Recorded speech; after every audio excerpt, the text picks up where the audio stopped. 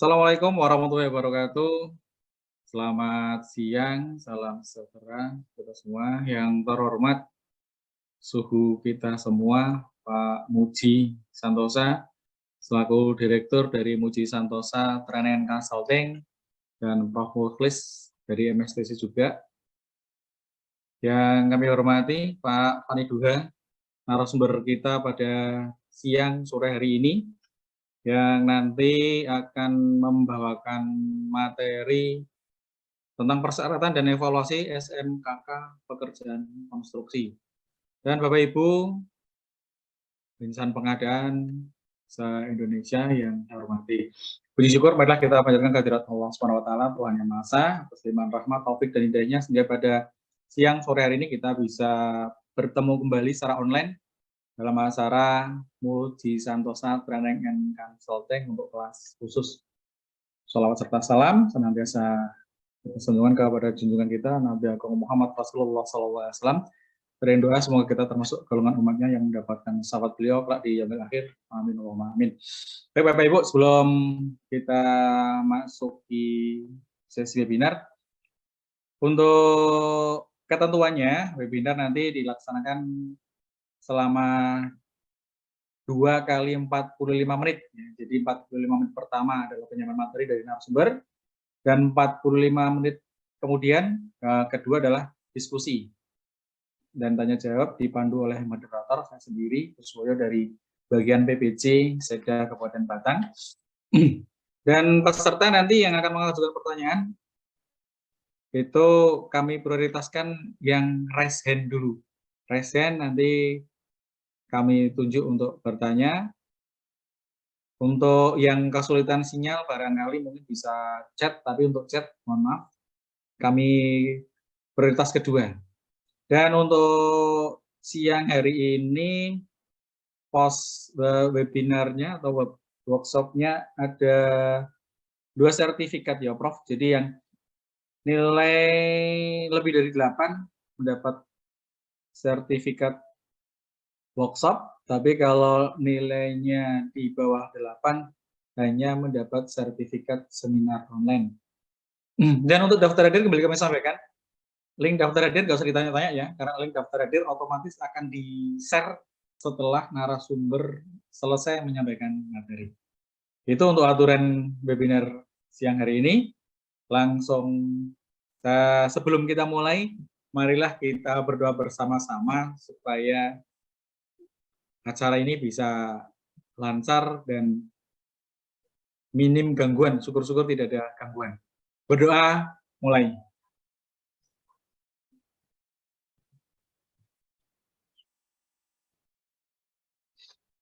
Selesai. Baik Bapak Ibu, langsung aja. 14.03 waktunya saya serahkan ke Pak Fani nih untuk bisa dimulai. Monggo Pak Fani.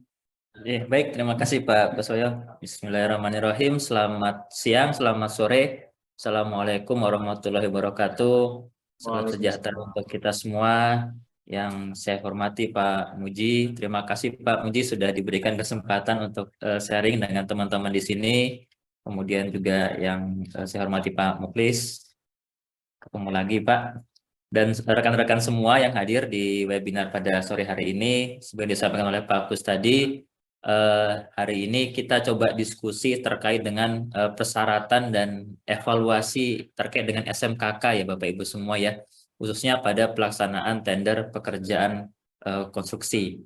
Nah untuk itu saya mohon izin langsung coba share screen saja. Sudah terlihat Pak Kus? Sudah. Ya, oke.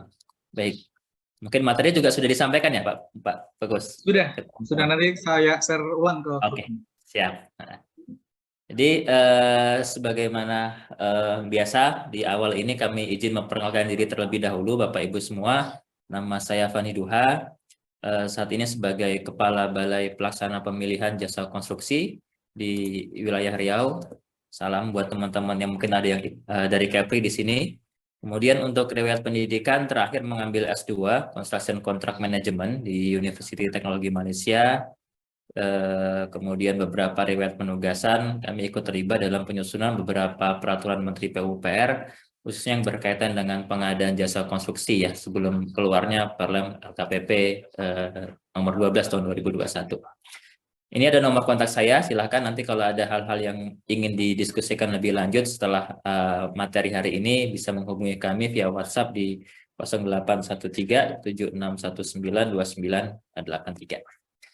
Oke, Bapak Ibu semua, jadi kita coba langsung masuk ke paparan yang sudah kami coba siapkan. Jadi ada 3 hal yang akan kami coba bagikan kepada Bapak Ibu semua di sini. Pertama, meskipun ini temanya terkait dengan persyaratan dan evaluasi, tapi di awal nanti kami coba sampaikan dulu sebenarnya apa sih sistem manajemen keselamatan konstruksi atau yang kemudian kita singkat dengan SMKK itu menurut aturan saat ini seperti apa. Ya, kemudian nanti dari sana baru kita berangkat melihat bagaimana kemudian substansi SMKK ini dibuat persyaratannya di dalam dokumen tender kita, ya, dalam dokumen pemilihan kita. Kemudian nanti bagaimana teman-teman Pokja melakukan tata cara evaluasi terkait dengan persyaratan SMKK tadi yang sudah kita tetapkan di dalam dokumen. Nah, 3 bagian inilah yang dalam waktu 45 menit ke depan kami coba sampaikan kepada Bapak Ibu semua. Kita masuk ke bagian yang pertama terkait dengan SMKK. Jadi dari sisi regulasi Bapak Ibu semua, aturan teknis yang terbaru yang kita gunakan terkait dengan SMKK ini adalah Peraturan Menteri PUPR nomor 10 tahun 2021. Ya, ini kita bicara SMKK-nya ya, bukan bicara terkait dengan PBJ ya. Kalau PBJ kan kita sama-sama menggunakan peraturan LKPP nomor 12 tahun 2021. Tapi untuk sistem manajemen keselamatan konstruksi secara teknis operasional itu diatur dalam Peraturan Menteri PUPR nomor 10 tahun 2021. Nah, di dalam Permen PUPR tersebut Bapak Ibu semua mendefinisikan ya bahwa yang dimaksud dengan SMKK itu adalah bagian dari suatu sistem manajemen pelaksanaan. Ya, jadi dia merupakan bagian dari sistem manajemen pelaksanaan pekerjaan konstruksi yang tujuannya adalah untuk menjamin terwujudnya keselamatan konstruksi. Nah, kemudian juga didefinisikan apa sih yang disebut dengan keselamatan konstruksi itu.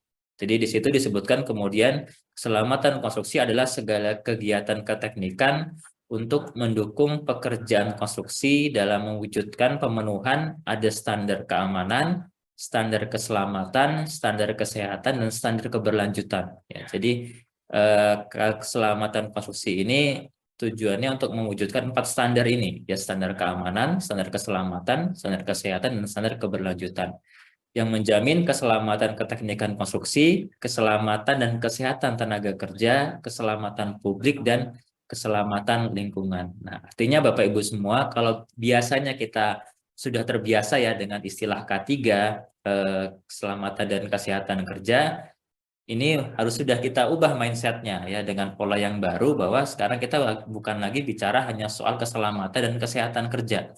Ya, bukan hanya soal K3 saja, tapi sudah berangkat ke K4. Ada keamanannya, ada keberlanjutannya. Ya, jadi ada 2 substansi lagi atau 2 standar yang harus dipenuhi. Jadi bukan sekedar keselamatan, bukan sekedar sehat, tapi juga harus aman dan harus berlanjut. Nah, makanya kemudian kalau kita coba buatkan dalam bentuk diagram, SMKK ini melingkupi dari K3, melingkupi dari program mutu, kemudian juga melingkupi dari pengendalian lingkungan dan pengendalian lalu lintas. Jadi sangat luas sekarang Bapak Ibu semua ya yang dimaksud dengan SMKK itu. Jadi bukan hanya K3 saja. Ya, jadi kalau nanti ada kaitannya di dalam proses tender nih ya. Misalkan terkait dengan fakta ya. Jadi kalau penyedia jasa, Bapak Ibu penyedia jasa mungkin yang hadir di sini ikut, kalau masih menyampaikan fakta K3 yaitu akan gugur ya. Karena yang diminta adalah fakta keselamatan konstruksi. Isinya merupakan komitmen untuk memenuhi 4 standar ini ya, bukan hanya memenuhi standar K3 saja. Jadi makanya kemudian kesalahan penulisan dalam fakta terkait dengan K3 atau keselamatan itu menjadi substansial. Nah, ketika dituliskan hanya fakta K3 saja, maka berarti penyedia jasa hanya berkomitmen melaksanakan bagian kecil dari SMKK, ya, bukan bagian besar dari SMKK. Nah, ini mungkin Bapak Ibu semua berangkat dari sini kita juga sudah harus bisa membiasakan diri bahwa sekarang pola pikirnya adalah SMKK itu adalah 4 hal ini, ya, bukan hanya soal K3 saja. Nah, kemudian dasar hukum SMKK ini ada beberapa aturan, mulai dari yang tertinggi adalah dari Undang-Undang Nomor 2 Tahun 2017 tentang jasa konstruksi, yang kemudian itu diturunkan dalam PP 22. Nah, ini kemudian juga sebagian isinya diubah di Undang-Undang Nomor 11 ya, Tahun 2021 tentang Cipta Kerja. Kemudian juga dari Undang-Undang 11 ini yang melahirkan PP 14 yang itu juga merubah sebagian dari PP 22. Jadi memang kita harus membaca secara utuh kedua aturan ini, mana yang kemudian kita gunakan ya. Nah, kemudian di aturan turunannya dulu kita sempat terkait dengan K3 ya, dulu ada Permen 21 2019, kemudian kalau di sisi PBJ-nya ada di Permen 14. Kemudian juga pernah ada SE terkait dengan petunjuk biaya penyelenggaraan SMKK, SE 11 2019. Kemudian juga ada tentang tata cara penjaminan mutu dan pengendalian mutu pekerjaan konstruksi di SE 15. Nah, ini sejak 2019 sebenarnya Bapak Ibu semua sudah diintegrasikan menjadi SMKK ya. Kalau dulu kan ada aturan Permen K3 sendiri, ada Permen terkait dengan penjaminan mutu sendiri ya, sistem manajemen mutu. Tapi sejak 2019 ini sudah diintegrasikan ke dalam SMKK ini. Nah, yang kita akan acu pada saat ini adalah yang nomor 3, 4, dan 5 ini Bapak Ibu semua. Yang nomor 3 ini adalah terkait dengan aturan-aturan di pengadaan barang dan jasa. Ya, jadi ada peraturan LKPP nomor 12 tahun 2021 tentang pedoman pelaksanaan pengadaan barang jasa pemerintah.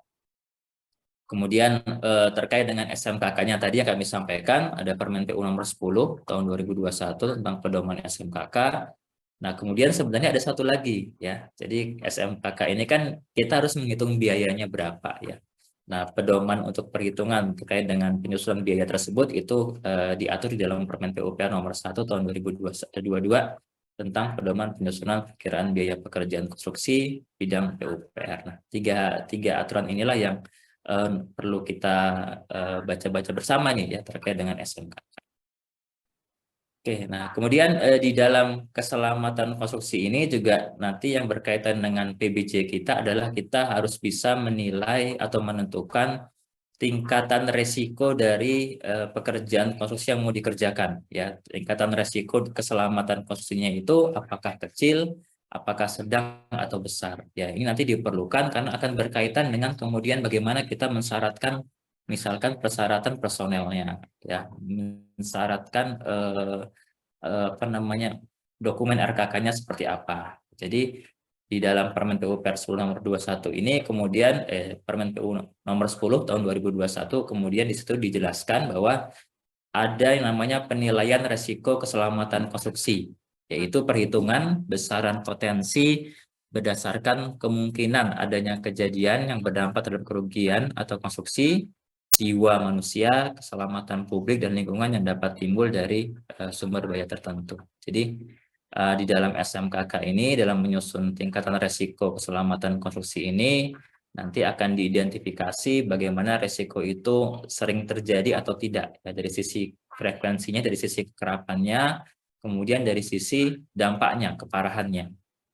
Nah, tingkatan resiko yang disebut dengan resiko kecil adalah apabila hasil perkalian kekerapan dengan keparahannya adalah 1 sampai dengan 4 ya. Kalau kemudian masih dalam level ini maka dikategorikan resiko keselamatan konstruksinya adalah yang kecil. Ya, tapi kalau sudah di atas itu 5 sampai dengan 12 maka ini sudah masuk ke dalam tingkatan risiko sedang ya, tingkatan risiko keselamatan konstruksi yang sedang.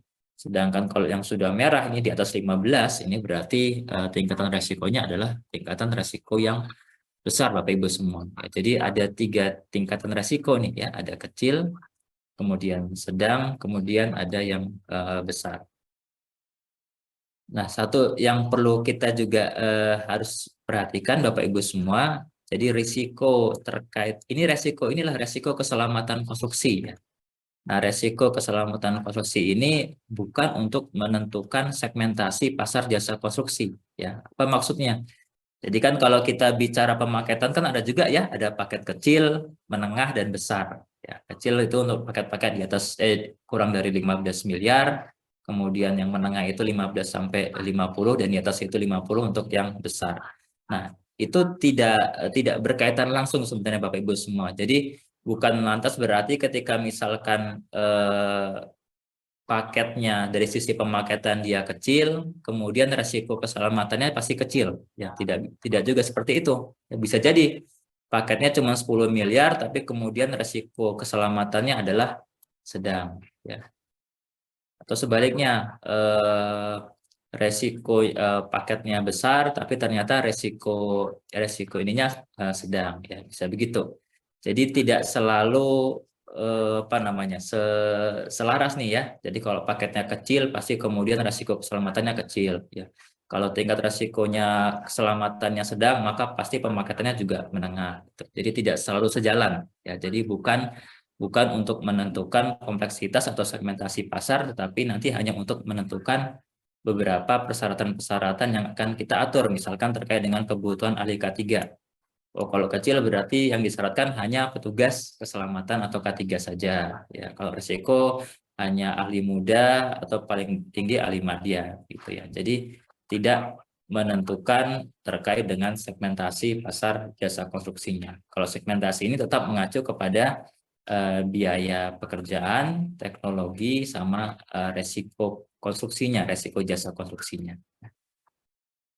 Ini perlu diingat karena masih sering yang menyamakan nih. Misalkan paketnya kecil, Pak. Di paket kecil kok disyaratkan ada ahli muda K3, harusnya kan petugas. Ya, bisa saja kalau kemudian paketnya kecil tapi ternyata resiko keselamatannya sedang gitu. Ya, sehingga yang disyaratkan adalah ahli, bukan disyaratkan petugas. Ya. Oke. Kemudian, nah ini penjelasan lebih rincinya Bapak Ibu semua terkait dengan kriteria resiko keselamatan konstruksi. Untuk yang besar itu adalah pekerjaan-pekerjaan yang bersifat berbahaya tinggi, kemudian nilai HPS-nya di atas 100 miliar rupiah, ya, kemudian juga mempekerjakan tenaga kerja yang lebih dari 100 orang menggunakan peralatan berupa pesawat angkat, ya misalkan crane, tower crane, kemudian menggunakan metode peledakan atau menyebabkan terjadinya peledakan, dan atau pekerjaan konstruksi yang menggunakan teknologi tinggi. Nah, jadi kalau salah satu ini terpenuhi, ya maka kemudian ditetapkan resiko keselamatan konstruksinya adalah besar. Kemudian ini yang sedang, ya. Sedang juga seperti itu. Jadi dilihat dari sisi tingkatan bahayanya, ya, berbahaya sedang, kemudian pekerjaan kerasnya ini di atas 10 sampai dengan 100 miliar, kemudian dari sisi jumlah tenaga kerja, dia mempekerjakan tenaga kerja yang berjumlah 25 sampai dengan 100, dan atau pekerjaan konstruksi yang menggunakan teknologi madya. Nah, kalau yang kecil, ini sampai dengan 10 miliar, kemudian mempekerjakan tenaga kerja kurang dari 25 orang, atau pekerjaan yang menggunakan teknologi yang sederhana. Nah, bagaimana kalau kemudian misalkan setelah kita identifikasi nilai, misalkan dia nilai pekerjaannya itu 50 miliar, ya kalau dari 50 miliar kan dia masuk ke dalam resiko sedang. Tapi ternyata mempekerjakan tenaga kerja misalkan lebih dari 100 orang, ya dia masuk ke atas ini nih, ke yang resiko besar. Nah, ketika terjadi hal seperti itu, maka yang diambil adalah yang teratas ini, ya resiko besar. Jadi kalau ada satu pekerjaan konstruksi yang dia memenuhi lebih dari satu kriteria risiko, ya tadi contohnya dari sisi nilai pekerjaan hanya 50 miliar masuk ke dalam risiko sedang, tetapi karena dia mempekerjakan tenaga kerja yang lebih dari 100 orang atau menggunakan tower crane misalkan, maka penentuan resiko keselamatan konstruksinya itu ditentukan berdasarkan yang lebih tinggi. Ya, jadi masuk ke dalam yang besar. Nah, inilah nanti tugas teman-teman konsultan perancang, kemudian ditetapkan oleh PPK untuk menentukan, ya. Jadi bukan Pokja juga yang menentukan apakah pekerjaan ini masuk resiko besar, sedang, atau kecil, ya, tapi sudah ditetapkan dalam dokumen perencanaan oleh konsultan perancang atau oleh PPK yang masuk ke dalam resiko yang mana. Oke, Bapak Ibu semua, itu bagian yang pertama terkait dengan penjelasan umum dari SMKK. Nah, ini kita kemudian masuk ke bagian yang kedua, khususnya untuk teman-teman pekerja dan penyedia jasa, bagaimana kemudian hal-hal SMKK tadi kita tuangkan di dalam persyaratan tender. Nah, jadi SMKK ini sebenarnya kalau kita bicara menurut alur jasa konstruksinya itu sudah dimulai dari saat perencanaan atau perancangan, ya. Ada perancangan, ada namanya rancangan konseptual SMKK, kemudian di dalam tahap pemilihan ada ketentuan persyaratan SMKK-nya, dalam pelaksanaan pekerjaan itu nanti ada ya pengaturan terkait dengan SMKK. Jadi memang SMKK ini sebenarnya bukan hanya ada pada saat proses pemilihan ya, tapi mulai dari perencanaan, persiapan sampai dengan nanti selesainya, bahkan sampai operasionalnya pun masih ada ya, masih ada pengaturan terkait dengan SMKK ini. Nah, di dalam, karena kita di sini kita sharingnya terkait dengan tahap pemilihan, maka ini saya coba cuplik saja yang bagian tahapan pemilihan, di mana dalam tahapan pemilihan ini kita sama-sama tahu ada tahapan persiapan pemilihan, ada tahapan pelaksanaan, tahapan evaluasi, sama tahapan penetapan pemenang. Nah, di dalam tahapan persiapan pemilihan, berdasarkan hasil dokumen perancangan inilah yang kemudian nanti dalam dokumen pemilihan akan kita tetapkan nih ya tiga hal ini ya. Ada penentuan dari uraian pekerjaan yang mau kita syaratkan dalam dokumen pemilihan, ada penentuan identifikasi bahaya mana yang nanti kita tetapkan dalam LDP, kemudian ada penetapan tingkat risiko keselamatannya ya untuk nanti menentukan kualifikasi personel manajerial, seperti yang terakhir adalah ada melihat kepada biaya penerapan SMKK pada HPS ya. PPK sudah menghitung belum biaya SMKK ini ya. Jangan sampai kemudian PPK ternyata masih ada yang belum memasukkan biaya SMKK pada HPS ya. Padahal kita dalam proses pemilihan nanti kan akan mengevaluasi biaya SMKK ya. Jadi bagaimana mungkin kita bertindak adil kepada teman-teman penyedia jasa, kita memeriksa biaya SMKK mereka ada atau tidak, sementara PS-nya PPK belum akomodir biaya SMKK. Nah, inilah dari dokumen perancangan itu yang coba kita lihat ya, tiga hal ini. Nah, kemudian pada saat pelaksanaan pemilihan, nah sebaiknya pada saat unwizing pun kita jelaskan kembali ya terkait dengan SMKK ini penekanannya, terkait dengan penyedia jasa harus menyiapkan RKK penawaran ya yang sesuai persyaratan, kemudian mengingatkan penyedia jasa teman-teman peserta untuk sudah menghitung dan memasukkan biaya SMKK di dalam penawaran harganya, serta yang terakhir adalah penjelasan terkait dengan personel keselamatan konstruksi. Nanti dievaluasi ada tiga hal itu. Jadi intinya adalah dalam pemilihan ini Bapak Ibu semua sebenarnya SMKK ini ada tiga hal ini yang nanti menjadi persyaratan dalam proses tender ya, dari dokumen RKK-nya sendiri, kemudian dari persyaratan personel terkait dengan keselamatan konstruksi, dan yang ketiga adalah biaya SMKK. Ya, jadi tiga hal ini yang kemudian menjadi persyaratan di dalam proses tender yang nanti akan kita evaluasi lebih lanjut. Oke, kemudian nah ini coba kita masuk satu-satu Bapak Ibu semua. Yang pertama terkait dengan dokumen RKK. Nah, apa sih dokumen RKK itu? Ya, ini sekali lagi saya merujuk kepada Permen PU nomor 10 bahwa RKK adalah dokumen telaah tentang keselamatan konstruksi yang memuat elemen SMKK. Jadi memang ada 5 elemen SMKK nih ya, ada kepemimpinan dan partisipasi dalam keselamatan konstruksi. Kemudian elemen SMKK yang kedua adalah penjelasan terkait dengan perencanaan keselamatan konstruksi. Elemen yang ketiga adalah dukungan keselamatan konstruksi, yang keempat operasi, yang kelima adalah evaluasi kinerja keselamatan konstruksi. Nah, inilah sebenarnya yang harus yang nanti perlu dibuat ya oleh teman-teman penyedia jasa. Ya. Memang idealnya ini semua harus lengkap dan benar ya, tapi nanti dalam aturan PBJ yang saat ini mungkin belum sedetail ini nih ya, belum selengkap ini, belum sedetail ini nanti yang dibuat oleh teman-teman penyedia jasa. Ya. Tapi kalau kita bicara ideal ya bentuk rencana dokumen RKK itu ya ini ya 5 elemen ini.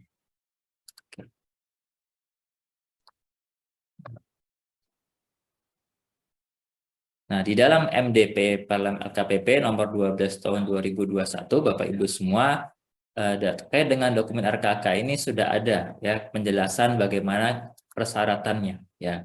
Bahwa yang boleh kita syaratkan di dalam dokumen pemilihan yang kita isikan pada LDP adalah kita hanya menetapkan satu uraian pekerjaan dan satu identifikasi bahaya. Ya, ini di sebelah kanan saya kopikan atau saya tampilkan ya isian pada LDP terkait dengan RKK. Nah, di dalam kotak inilah ya teman-teman pekerja akan mengisikan nih ya. Hanya satu uraian pekerjaannya. Ya, jadi yang di ST ini nggak ada sebenarnya ini. Ini masih kayak format yang lama. Jadi cukup hanya satu uraian pekerjaan dan cukup satu identifikasi bahaya dari uraian pekerjaan tersebut. Nah, menentukan satu itu berdasarkan pada tingkat resiko terbesar dari seluruh uraian pekerjaan dan identifikasi bahaya yang telah ditetapkan oleh pejabat penandatangan kontrak atau PPK dalam rancangan konseptual SMKK. Ya, jadi hanya satu uraian pekerjaan dan satu identifikasi bahaya saja nih. Itulah yang nanti kemudian teman-teman penyedia jasa harus membuatkan ya dokumen RKK-nya seperti apa. Jadi ini hanya istilahnya hanya sampling lah ya dari sekian banyak uraian pekerjaan. Teman-teman penyedia jasa hanya diminta untuk membuatkan dokumen RKK untuk satu uraian pekerjaan dan satu identifikasi bahaya tadi. Jadi ini contohnya Bapak Ibu semua, ketika misalkan dalam dokumennya PPK dalam rancangan konseptual SMKK tadi sudah menguraikan ada uraian pekerjaan 1 sampai dan seterusnya ya, misalkan saya contohkan ambil 4 saja, kemudian masing-masing sudah dibuat identifikasi bahayanya. Nah, ini kemudian masing-masing harus ada tingkat resikonya ya. Ada pekerjaan galian tanah, bahayanya adalah tertimbun tanah, tingkat resikonya adalah 8 ya.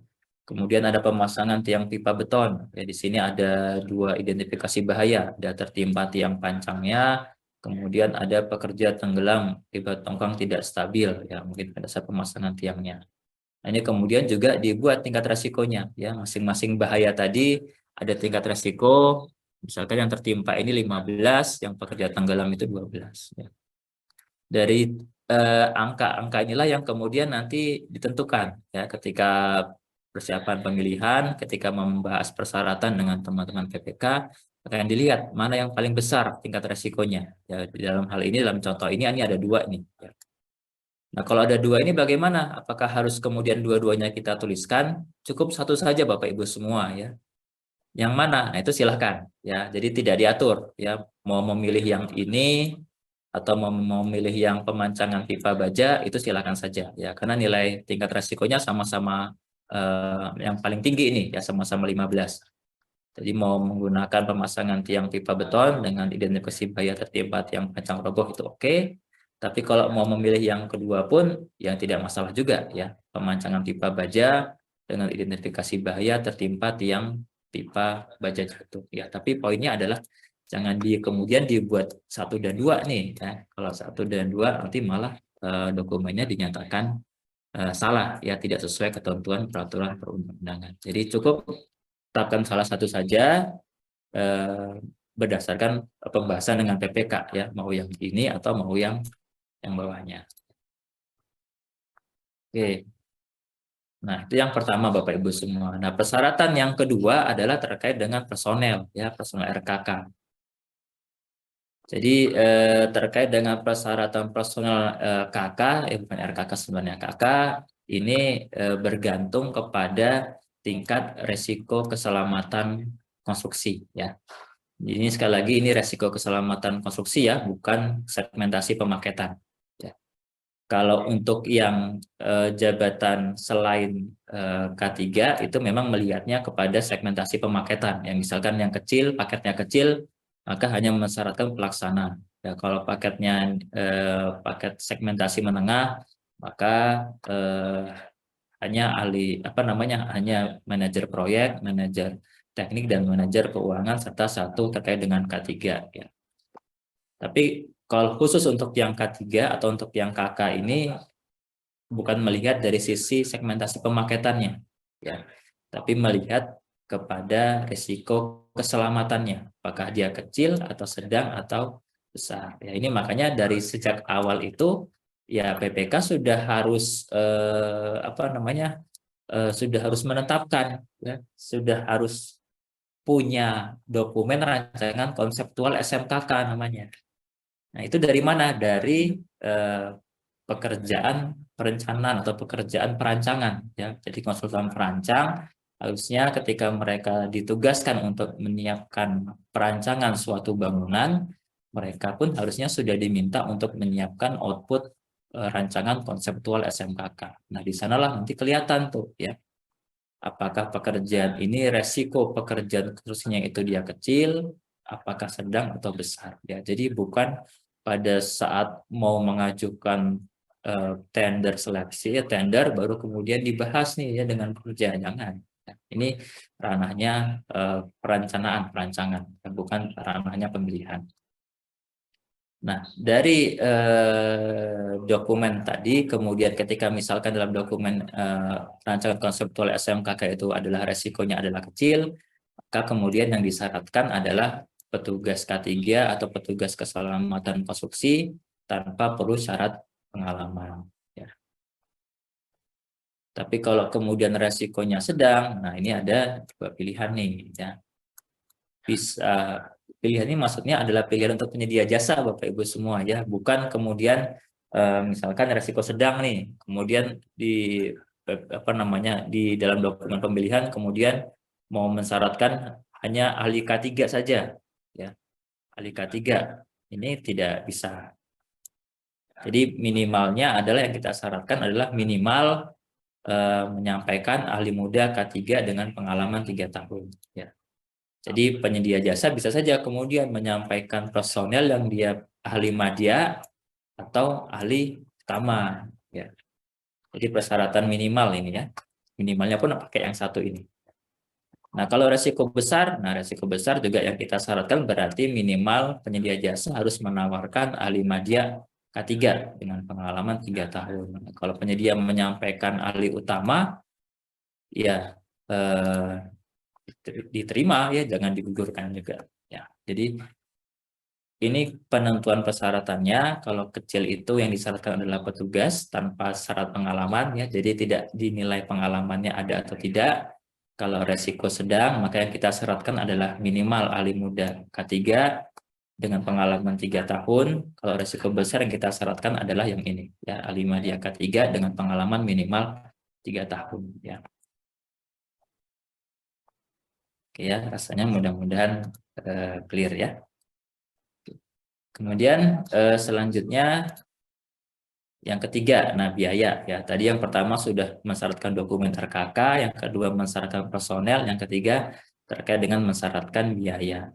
Kalau biaya ini sebenarnya tidak ada isian di dalam LDP-nya, ya. Jadi teman-teman Pokja tidak perlu mengisikan sesuatu di dalam LDP, tetapi yang diperlukan adalah memastikan PPK sudah menghitung biaya SMKK, ya, di dalam APS-nya. Tadi jangan sampai di dalam APS itu belum mengakomodir biaya SMKK, ya. Karena sekali lagi nanti dalam proses tender kita akan mengevaluasi apakah penyedia jasa itu menyampaikan biaya SMKK atau tidak. Ya kan tadi kami sampaikan menjadi tidak fair, tidak adil nih, ya, kalau kita mengevaluasi penyedia jasa mereka ada SMKK atau tidak, sementara APS kita ternyata setelah dilihat belum ada nih biaya SMKK-nya, ya. Nah, biaya SMKK itu isinya 9 ini, ya. Jadi 9 hal ini yang perlu dilihat pada saat akan menghitung biaya SMKK. Bukan berarti 9-9-nya ini harus ada biayanya Bapak Ibu semua, ya. Tapi yang dimaksud adalah 9 item inilah yang harus diidentifikasi, ya, apakah diperlukan biaya atau tidak. Ya, misalkan ternyata setelah diidentifikasi, oh, penyiapan kita butuh sekian, tapi ternyata diidentifikasi ada yang tidak butuh nih, misalkan asuransi perizinan tidak dibutuhkan, ya, maka ya ini berarti biayanya di sini adalah 0, ya. Itu nggak apa-apa, nggak masalah, ya. Tidak harus 99 itemnya ini ada biayanya, ya. Yang penting biaya totalnya ini ada, dan itu dilakukan setelah mengidentifikasi 9 item ini. Ini untuk teman-teman PPK lah, ya. Jadi Jangan kemudian PPK hanya langsung menetapkan yang ada biayanya ini nih, yang lainnya nggak dihitung sama sekali, tidak diidentifikasi. Nah, itu salah ya. Harus diidentifikasi dulu semuanya, mana yang ada biaya, mana yang tidak, itu baru kemudian ditetapkan sebagai biaya penerapan SMKK-nya gitu ya. Nah, ini yang harus dipastikan HPS-nya PPK itu sudah ada belum biaya SMKK ya. Jadi itu Bapak Ibu semua terkait dengan persyaratan terkait dengan SMKK. Jadi sederhana sebenarnya ya. Jadi satu tadi dokumen RKK itu ditentukan, kita munisinya adalah menentukan dari uraian pekerjaan dan identifikasi bahaya yang resikonya paling besar. Kemudian yang kedua terkait dengan personel, ya kita melihatnya atau menentukannya berdasarkan tingkat resiko keselamatan konstruksinya. Dan yang ketiga tadi biaya SMKK, ya kita perhatikan dalam HPS-nya PPK sudah menghitung biaya SMKK atau belum. Nah, kemudian yang bagian ketiga, kita coba masuk ke dalam evaluasi terkait dengan tiga hal tadi. Yang pertama, evaluasi dokumen RKK nih. Nah, tadi sudah kita pahami bersama ya Bapak Ibu semua ya, bahwa RKK itu kan terdiri dari 5 elemen ya, 5 elemen. Elemen satu kepemimpinan, perencanaan, kemudian yang ketiga dukungan, yang keempat operasi keselamatan, dan yang kelima adalah evaluasi kinerja keselamatan. Jadi kalau penyedia jasa tidak lengkap menyampaikan 5 elemen ini, yaitu namanya bukan dokumen RKK ya, dokumen RKK-nya nggak lengkap sehingga kemudian menggugurkan ya. Jadi harus penyedia jasa itu menyampaikan 5 elemen ini. Yang disampaikan kalau di elemen pertama terkait dengan kepemimpinan ini menyampaikan yang namanya fakta komitmen keselamatan konstruksi. Ini tadi yang kami jelaskan ya. Jadi namanya fakta komitmen keselamatan konstruksi ya, bukan fakta komitmen K3 lagi. Karena masih ada nih teman-teman penyedia jasa yang pakai istilah fakta komitmen K3 ya. Atau isinya di dalamnya ya masih menjelaskan kami berkomitmen melaksanakan K3. Ya itu nggak bisa ya. Kemudian di halaman kedua menyampaikan 2 buah tabel ya, tabel B1 terkait dengan IBPRP, identifikasi bahaya, penilaian risiko, pengendalian dan peluang. Kemudian yang B2 rencana tindakan. Ini tabel. Nah, kalau elemen 3, 4, 5 ini bisa menyampaikan narasi penjelasan terkait dengan bagaimana dukungan keselamatan konstruksi atau menyampaikan tabel jadwal program komunikasi ya. Karena tabel jadwal program komunikasi ini merupakan bagian dari elemen 3 ya, elemen dukungan keselamatan. Di halaman nomor 4 menjelaskan atau menyampaikan narasi terkait dengan penjelasan elemen 4 atau tabel analisis keselamatan pekerjaan yang telah diisi ya, atau yang kemudian di halaman 5 menyampaikan penjelasan atau menyampaikan tabel ya. Jadi kalau yang satu sudah ditentukan harus berupa fakta, yang halaman nomor 2 juga sudah ditentukan harus berupa tabel B1 dan B2. Nah, kalau elemen 3 sampai 5 ini silakan ya bisa memilih dalam bentuk narasi atau dalam bentuk menyampaikan tabel-tabel jadwal yang sudah dibuatkan contohnya ya, ada contohnya di dalam MDP. Nah, penilaian juga cukup ada atau tidak ada saja ini ya. Ini memang pasti kontroversi lah ini ya, ada yang perlu ada yang tidak nih, karena penilaian saat ini tuh memang cukup melihat terutama yang 3, 4, 5 ini ya, ini cukup melihat ada isiannya atau tidak ya, belum melihat kepada kebenaran substansinya. Nah, jadi ini memang masih masih mengajak teman-teman penyedia jasa untuk coba membuat dulu format dokumennya, tapi kebenaran isinya itu yang nanti akan disusun bersama pada saat proses berkontrak. Oke, kemudian nah ini kita coba masuk satu-satu Bapak Ibu semua ya. Ini yang pertama di halaman pertama terkait dengan fakta komitmen. Tadi yang kami sampaikan, lihat judulnya ya, benar atau enggak nih fakta komitmen keselamatan konstruksi. Kemudian hal-hal lain yang bisa menjadi objek evaluasi adalah yang pertama terkait dengan kotak yang pertama ini ya, data-data si peserta. Jadi data peserta ini ya memang harus benar sesuai dengan data peserta tender ya. Jangan sampai misalkan ada direktur yang dia punya 2 perusahaan, di sini salah menyampaikan ya nama perusahaannya. Ya berarti dianggap fakta komitmennya tidak ada ya kalau dia salah menyampaikan isian terkait dengan data-data si peserta ini. Kemudian yang kedua nama paketnya ya, nama paket ini juga substansi ya. Kalau misalkan saat ini sedang paket bangunan gedung, kemudian dia menyampaikan faktanya adalah bangunan jalan, ya berarti diartikan si peserta tidak menyampaikan fakta komitmen untuk paket kita. Ya, berarti dia gugur karena tidak menyampaikan fakta untuk paket yang sedang ditenderkan, tapi menyampaikan fakta komitmen untuk paket lain. Kemudian yang ketiga yang perlu dilihat juga adalah pernyataan ini nih ya. Jadi 7 pernyataan ini harus tersedia atau apa namanya ada di dalam fakta yang disampaikan oleh penyedia jasa, tidak perlu diubah ya. Biasanya yang sering salah itu yang di nomor 1 ini nih ya, karena masih menggunakan fakta komitmen K3.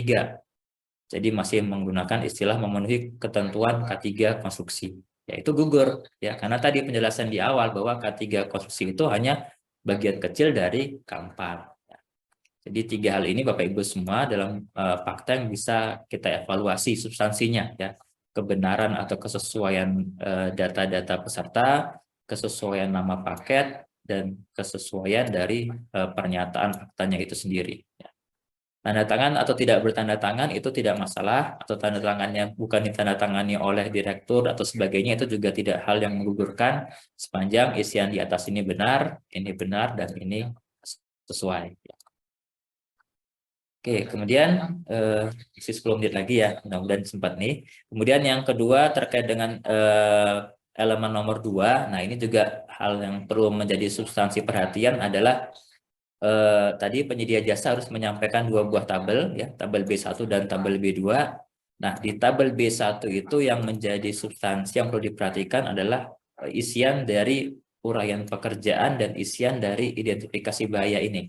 Ya, ini harus sama dengan yang disyaratkan di dalam LDP. Ya, sama secara substansi lah ya. Kalau sama kalau ketidaksesuaian ada typo sedikit ya masih bisa dimaafkan ya. Misalkan nih contohnya tertimpa pancang roboh yang disiapkan atau dituliskan oleh penyedia jasa. Jadi nggak ada kata tiangnya. Ya, ini masih dianggap substansinya masih sama lah ya, tidak terlalu bukan hal yang menggugurkan ya. Tapi kalau misalkan berbeda sama sekali, misalkan hanya dituliskan tertimpa saja misalkan ya. Ini kan bisa apa saja ini ya, tidak jelas juga tertimpa apa, ya, itu sehingga bisa menjadi substansi yang menggugurkan ya. Tapi teman-teman penyedia jasa ya sebaiknya membaca 2 kali ya, ketika menuliskan isian uraian pekerjaan di sini, pastikan memang sudah sejalan dengan yang ada di dalam LDP, begitu juga identifikasi bahayanya ini sama dengan yang ditetapkan di dalam LDP ini. Nah, sedangkan kolom-kolom lainnya ini cukup terisi ya, tapi sekali lagi jangan asal mengisi juga sebaiknya ya, karena ya gimana ya, takutnya nanti akan menjadi masalah di kemudian hari ya. Jadi pastikan juga mengisinya pun mengisi yang logis lah ya, yang logik ya. 4 sampai dengan 15 ini harus terisi ya, ada jenis bahaya, ada pemenuhan persyaratannya, pengendaliannya bagaimana ya, kemudian tingkat resiko, nilai resikonya berapa. Nah, ini contoh yang salah nih sebenarnya pengisiannya ini. Harusnya kan nilai resiko ini adalah perkalian dari kemungkinan kali keparahan ya. 3 kali 5 itu harusnya di sini tuh 15 nih, bukan 8 ya.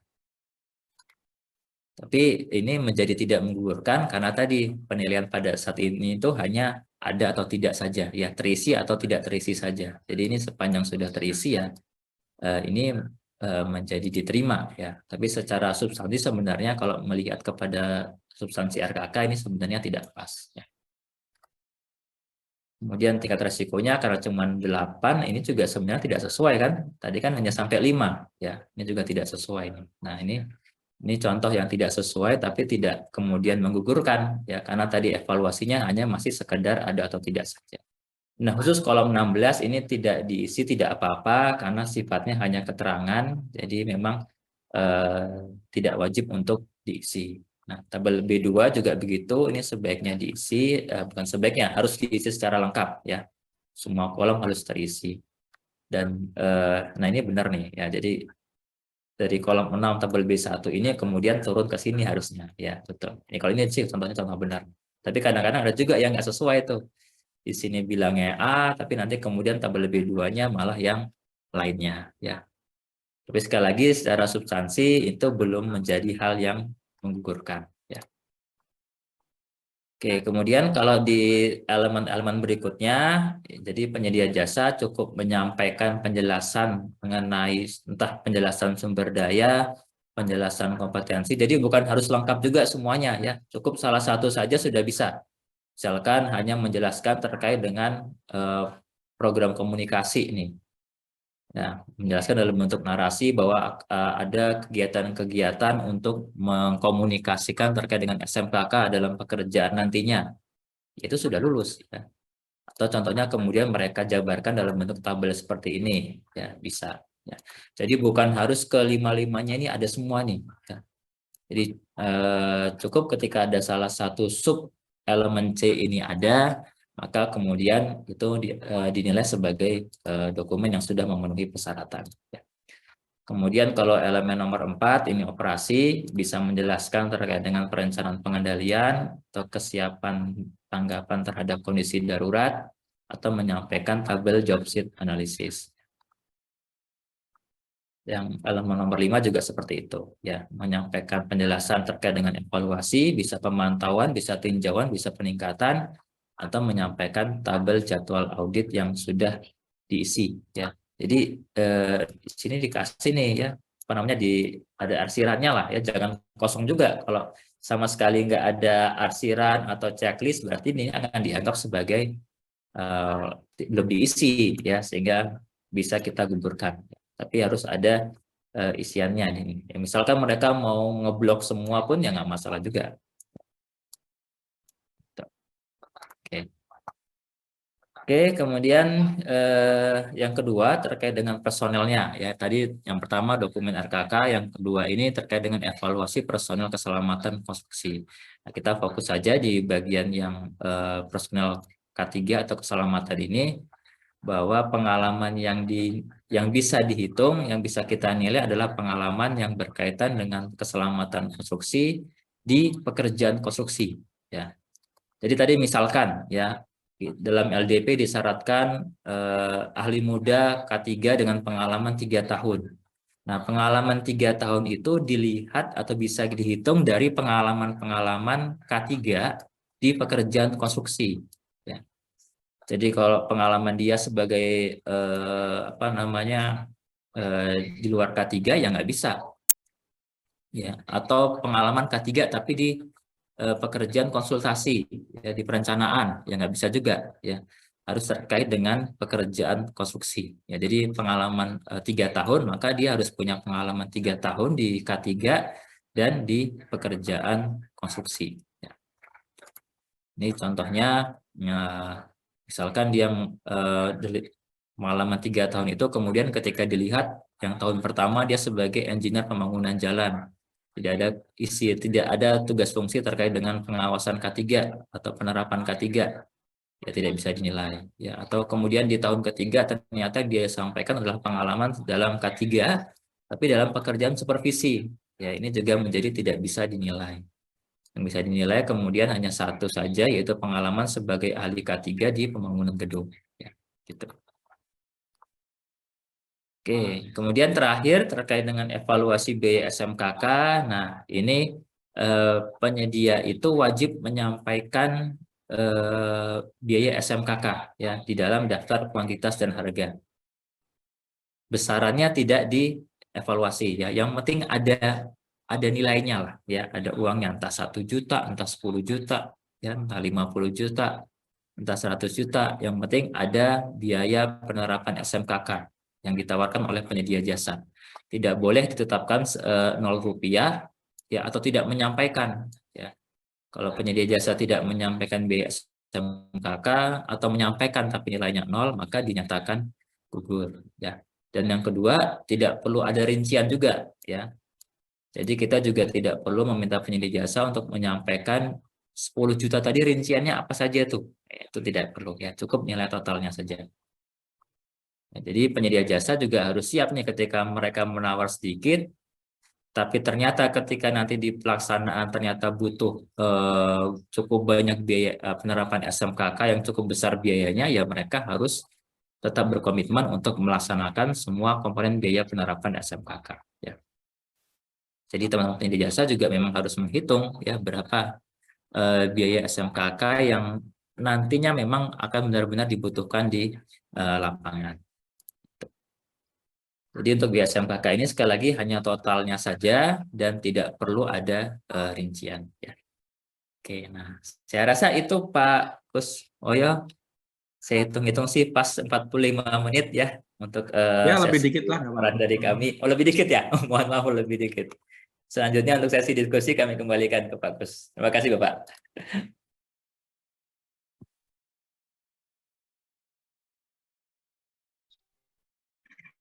Monggo Pak. Oke, terima kasih Pak Fani. Ya, demikian Bapak Ibu materi dari Pak Fani terkait evaluasi SMKK ya. Jadi materinya asik dan mungkin agak debatable-nya. Kenapa sih harus SMKK kayak gini? Toh isinya juga dievaluasi gitu, bukan suatu yang menggugurkan. Iya, betul. Mungkin banyak yang berpikir seperti itu. Baik, ini sudah ada 2 resen Pak Fani. Jadi saya silakan ke resen dulu ya, yang resen dulu.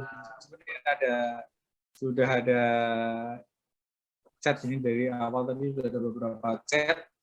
Kita kembali ke rule-nya, kembali ke aturan kita prioritaskan yang chat dulu. Dan Bapak Ibu yang sudah hadir silakan bisa ngisi link daftar hadir ya. Jadi silakan bisa ngisi link daftar hadir. Nilai benar 8 sampai dengan 10. Semuanya benar dapat sertifikat workshop, tapi kalau kurang dari 8 dapatnya sertifikat seminar online. Oke, gitu Bapak Ibu. Oke, langsung kita ke Pak Suyadi. Ini salah satu kita ini. Oke, Pak Yadi. Ini suhu-suhu semua ini Bapak. Pak Yadi. Halo. Oke, halo, terima Bapak. kasih. Siap. Masih sholat ya? Atau izin Oke, sholat? siap. Oke, bisa terima suara saya? Agak kecil tapi Pak Suyadi. Suhunya dingin. Bisa diterima, Pak? Bisa. Agak kecil dan agak putus-putus Pak Yadi. Oke, bentar Diterima Pak. dengan potongan harga ini Pak. Nah, ini soalnya betul-betul ini Pak. Ini saya kehujanan, ngeyop, dan memang ini betul-betul saya pengen nanya ke Pak Fani gitu ya. Oke, bisa diterima dengan baik Pak? Ya, siap Pak. Lebih jelas.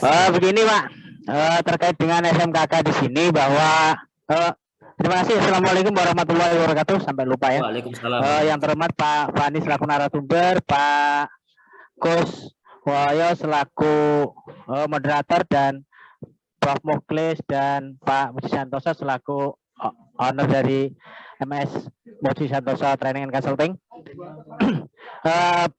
Terkait dengan SMKK ini saya ingin bertanya Pak, terkait dengan memang pada saat review dokumen persiapan pengadaan di situ Pokja melakukan juga review kan gitu.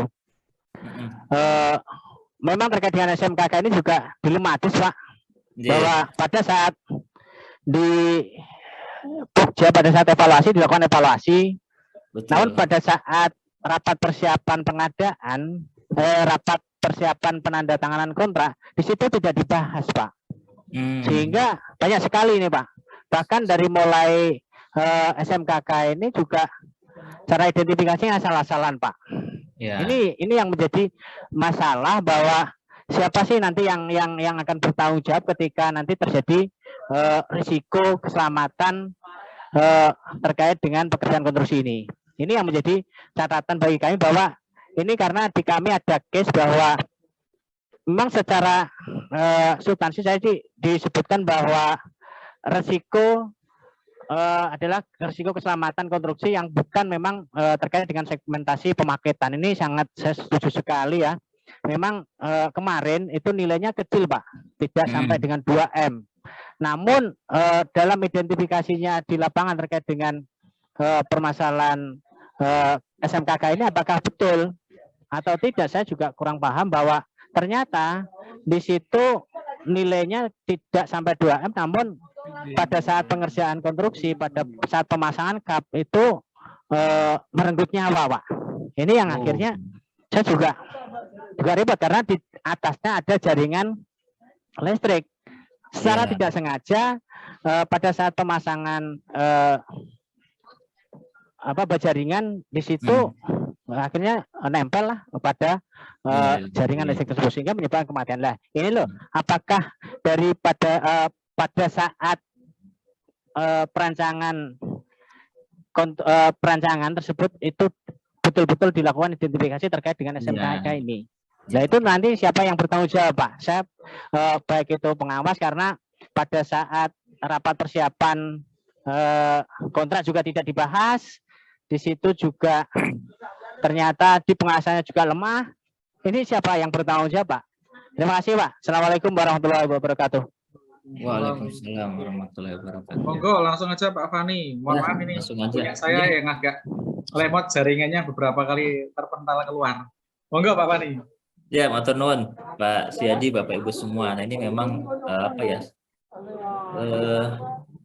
ya disebut dengan kontroversi juga iya, karena memang tadi sebenarnya kan SMKK ini sangat penting Bapak Ibu semua ya. Jadi tahun 2017, 2018 kita pernah kebanjiran masalah kecelakaan konstruksi. Ya. Begitu banyak kejadian kecelakaan konstruksi, keruntuhan bangunan, yang itu kemudian menimbulkan baik itu dari sisi ekonomi maupun tadi sampai kemudian menimbulkan korban jiwa. Jadi memang keselamatan konstruksi itu seharusnya menjadi hal yang utama, dan memang yang menjadi hal yang utama dalam pekerjaan konstruksi ya.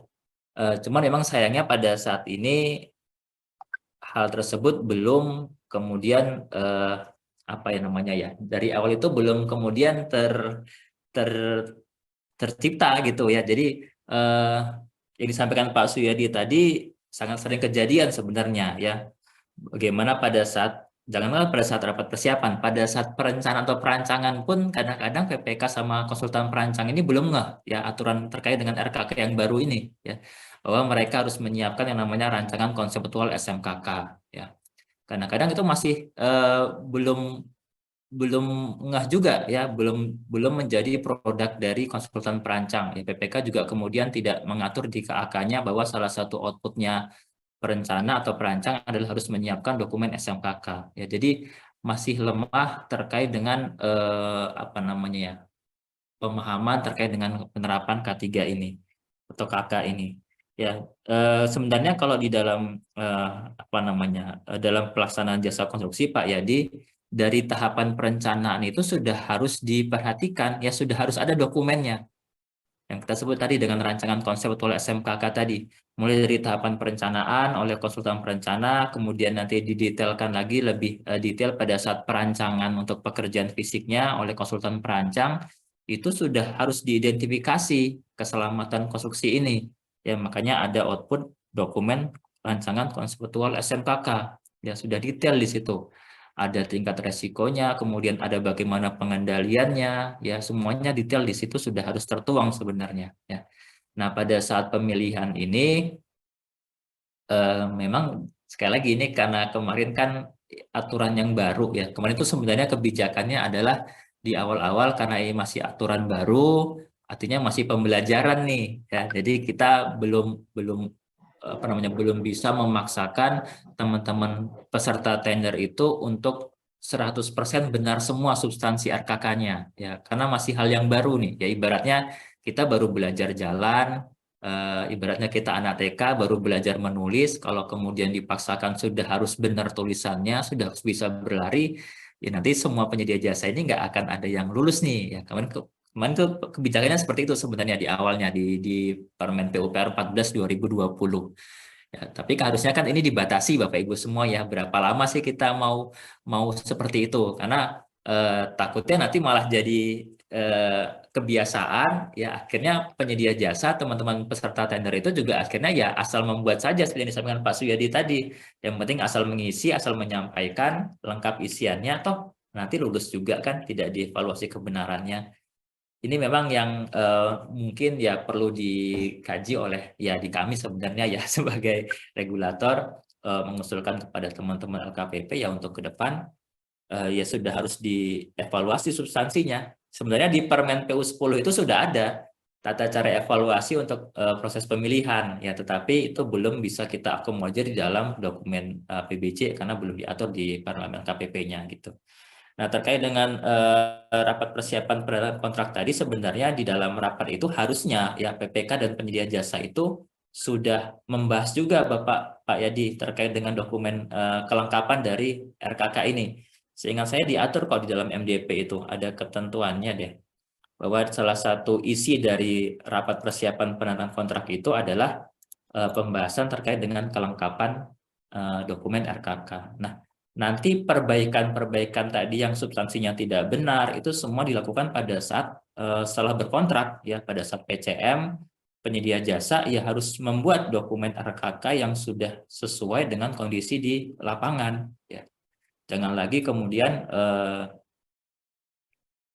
hanya sekedar ada hanya sekedar memenuhi syarat administrasi, tapi ternyata yang disampaikan Pak Yadi di lapangan kemudian terjadi hal-hal yang harusnya kan itu bisa dimitigasi kalau dokumen RKK-nya benar ya.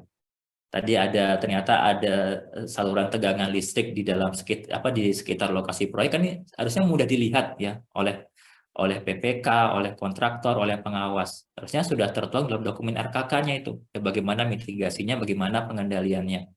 Tapi mungkin karena belum tadi dokumen RKK-nya ini hanya sekedar ada, ya akibatnya kemudian hal-hal yang menurut kita kecil bisa berdampak kepada kematian. Ya mungkin pada saat dilihat dari sisi pekerjaannya, dari sisi jumlah pekerjanya tadi Pak Yadi, resikonya ini hanya kecil nih ya, tapi ketika dilihat lebih jauh, lebih dalam, ternyata di situ ada kabel tegangan tinggi dan sebagainya, yang ketika tidak bisa dimitigasi bisa menyebabkan kematian, yaitu bisa menjadi resiko yang sedang atau besar.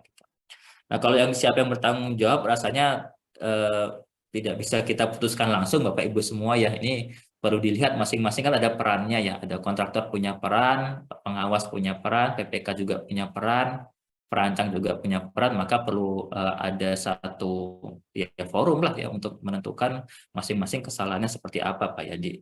Mungkin demikian Pak Yadi, mohon maaf ini tidak bisa menjawab langsung. Nih, terima kasih atas sharingnya. Iya Pak Yadi, ini masukan juga nih buat buat pemerintah lah, buat regulator untuk segera mengembalikan lah bahwa RKK ini harusnya benar-benar sudah dievaluasi dari tahap awal kan, bukan hanya sekedar ada atau tidak ada saja ini. Betul Pak Fani, dulu saya di Permen PU yang 14 itu kan Pokja kalau bisa mengevaluasi itu sudah bersertifikat ketiga gitu ya. Akhirnya saya juga berusaha untuk mencari sertifikat ke Jakon gitu ya, Bina Jasa Konstruksi untuk memperoleh itu. Akhirnya malah muncullah Perlem 12 itu, sehingga tidak pada saat evaluasi cukup ada dan tidak ada gitu ya. Padahal ini betul-betul sangat penting lah menurut saya pribadi, ini sangat penting terkait dengan keselamatan konstruksi ini. Terima kasih Pak. Itu dulu memang posisi awal pada saat menyusun aturan Pokja harus punya sertifikat K3 itu ya, tujuannya sebenarnya seperti itu, agar Pokja itu bisa mengevaluasi kebenaran dari dokumen RKK-nya penyedia jasa nih ya. Tapi kemudian ketika dibuat seperti itu tadi, ternyata banyak penyedia jasa yang mereka juga belum tahu bagaimana cara mengisi, karena kan masih aturan baru waktu itu ya, 2019 itu. Cuman kan ini sudah lumayan lama ini sekarang ya, sudah 3 tahun. Ya mungkin harusnya sudah mulai ditabur lah relaksasi itu, dibuat kebijakan baru yang lebih detail substansinya, bukan hanya sekedar ada atau tidak ada saja. Tapi terima kasih Pak Yadi, mungkin nanti jadi bahan masukan juga nih buat Oke, sama-sama Pak Ani, siap. Ada tambahan, Prof? Pak Muji? Barangkali mau nambahi? Tidak ada, lanjut aja. Lanjut ke penanya kedua, Bu Betty Apriliana. Silakan, Bu. Halo, selamat sore Pak. Selamat sore, Bu. Dari mana, Bu? Dari Kabupaten Subang, Pak. Oh, oke, silakan. Monggo. Ya, ini terkait evaluasi RKK, Pak. Ada beberapa pertanyaan. Yang pertama, apabila POKMIL itu mempersyaratkan petugas keselamatan konstruksi, tetapi penyedia masih menawarkan petugas K3, apakah itu bisa digugurkan atau tidak? Terus yang kedua, di persyaratan dokumen RKK, apabila hanya menyebutkan identifikasi bayanya itu cuma satu item, tapi si penyedianya menawarkan lebih dari satu item. Misalnya semua pekerjaan disebutin gitu, apakah itu menggugurkan atau tidak, karena kan tidak ada kesesuaian dengan yang dipersyaratkan. Terus yang Gimana, Bu? ketiga, Yang putus tadi, Bu. Yang kedua tadi, Bu. Bisa diulang sedikit. di persyaratan dokumen RKK, Pak. Kan apabila kita misalnya cuma mempersyaratkan satu item, misalnya perkerasan beton gitu, teridentifikasi bayanya. Nah, tapi si penyedia tersebut dia menawarkan lebih dari satu item pekerjaan tersebut, jadi ada beberapa pekerjaan diisi semua. Itu menggugurkan atau tidak? Karena kan nggak selaras ya sama yang dipersyaratkan di awal. Terus yang ketiga, untuk uraian SMKK, Pak, apakah wajib diuraikan per item atau cukup hanya misalnya si penyedia tersebut tidak melampirkan uraian SMKK tapi hanya menampilkan di RAB-nya aja, Pak? Apakah bisa?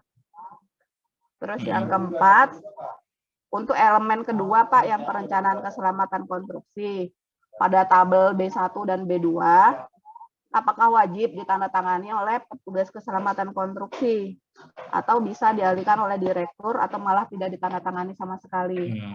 Itu pengaruh di evaluasinya seperti apa? Terus poin yang kelima, untuk tabel jadwal audit, apakah wajib diisi? Kalau misalnya dalam penawaran si penyedia tidak melampirkan, bagaimana?